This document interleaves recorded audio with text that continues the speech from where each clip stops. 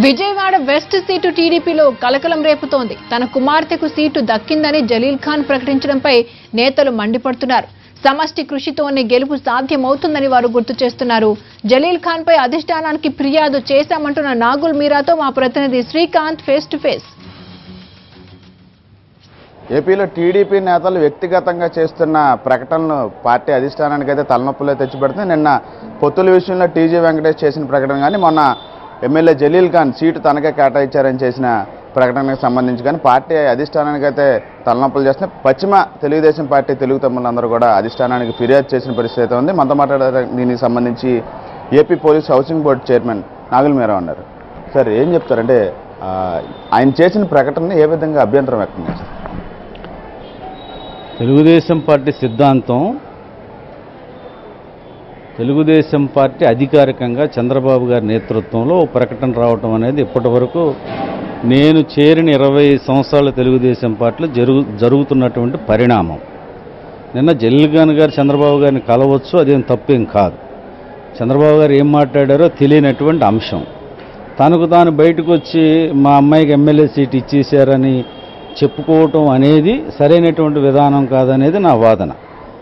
ఎందుకంటే పశ్చిమ నియోజకవర్గంలో నేను 99లో ఎమ్మెల్యేగా పోటీ చేశాను. 2004లో అవకాశం రాకపోయినా, 2009లో అలయన్స్లో పోయినా, 2014లో 6 నెలల ముందు చంద్రబాబు నాయుడు గారు నాకు సీట్ అనౌన్స్ చేసి నేను అభ్యర్థిగా తిరుగుతున్నటువంటి నేపథ్యంలో అది బీజేపీకి అలయన్స్కి ఇచ్చినప్పుడు కూడా ఏ రోజు కూడా అధినాయకుడు తీసుకున్న నిర్ణయానికి కట్టుబడి ఉన్నాను తప్ప ఒక క్రమశిక్షణ కలిగిన కార్యకర్తలాగా తెలుగుదేశం పార్టీకి పనిచేశాను. ఈ రోజున ఏకపక్షంగా తనకు తాను మా అమ్మాయికి సీట్ ఇచ్చారని చెప్పుకోవటం అనేది అక్కడ ఎవరు జీర్ణించుకోలేనటువంటి అవసరం. ఏదైనా అట్లాంటి సందర్భం వచ్చినప్పుడు చంద్రబాబు నాయుడు గారు మమ్మల్ని అందరినీ పిలిచి మాట్లాడి సమిష్టిగా మీరు ఉమ్మడిగా పనిచేసి అభ్యర్థిని గెలిపించుకురమ్మని సూచనలు ఇవ్వటం ఇంతవరకు మేము చూసినటువంటి అంశం. అది ఏదైనా గెలుపు అనేది సమిష్టిగా జరగాలి. రేపు రానున్న రోజుల్లో చంద్రబాబు గారు ముఖ్యమంత్రి కావాలి, ఈ రాష్ట్రం అభివృద్ధి కావాలి, ఈ నేపథ్యం ఆలోచిస్తున్నాం తప్ప ఈ రకమైనటువంటి పోకళ్ళు సరైనవి కావనేది నా అభిప్రాయం. ఆల్రెడీ సీఎంను కూడా కలిశారు, ఈ అంశం మొత్తం మీద కూడా ఫిర్యాదు చేశారు కాబట్టి ఏమని చెప్పారు?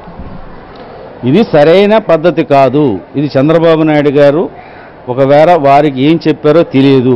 ఆయన బయటకు వచ్చి మా అమ్మాయికి సీటు ఇచ్చారు అనటం మాత్రం అది కరెక్ట్ అయిన విధానం కాదని చెప్పేసి మేము ముఖ్యమంత్రి గారి దృష్టికి వెళ్ళేటట్లుగా చెప్పాము. పార్టీ నాయకత్వానికి కూడా చెప్పడం జరిగింది. వాళ్ళు కూడా ఎప్పుడు కూడా చంద్రబాబు నాయుడు గారే ఒక లిస్ట్ ఇస్తారు తప్ప వ్యక్తులుగా ప్రకటన చేయడానికి వీల్లేదు. అది తొందరపడి చేశారనేటువంటి అభిప్రాయం ఉంది. ఆయన చెప్పింది బయటికి వెళ్ళి నువ్వు అనౌన్స్ చేయమని కాదు. అనౌన్స్ చేయాలంటే ఎవరు చేయాలి? పార్టీ చేయాలి. బట్టి కలిసి పనిచేసే అవకాశం అయితే ఖచ్చితంగా కనపడేదట్లేదుగా పశ్చిమ నియోజకవర్గంలో. ఎందుకంటే మిమ్మల్ని కలుపుకొని వెళ్లాల్సిన పరిస్థితి ఉందని మీరు చెప్తున్నారు, తనకు సీట్ వచ్చేసిందని చెప్పి ఆయన వ్యక్తిగతంగా చెప్తున్నాడు. అంటే మీ మధ్య సఖ్యత అయితే కుదిరే అవకాశం ఉంటుందంటారా?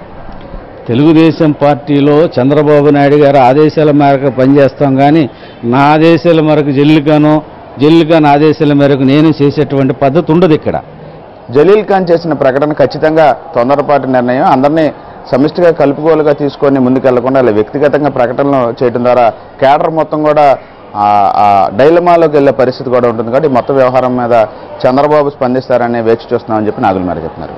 Camera person Ramakrishna, Srikanth, NTV.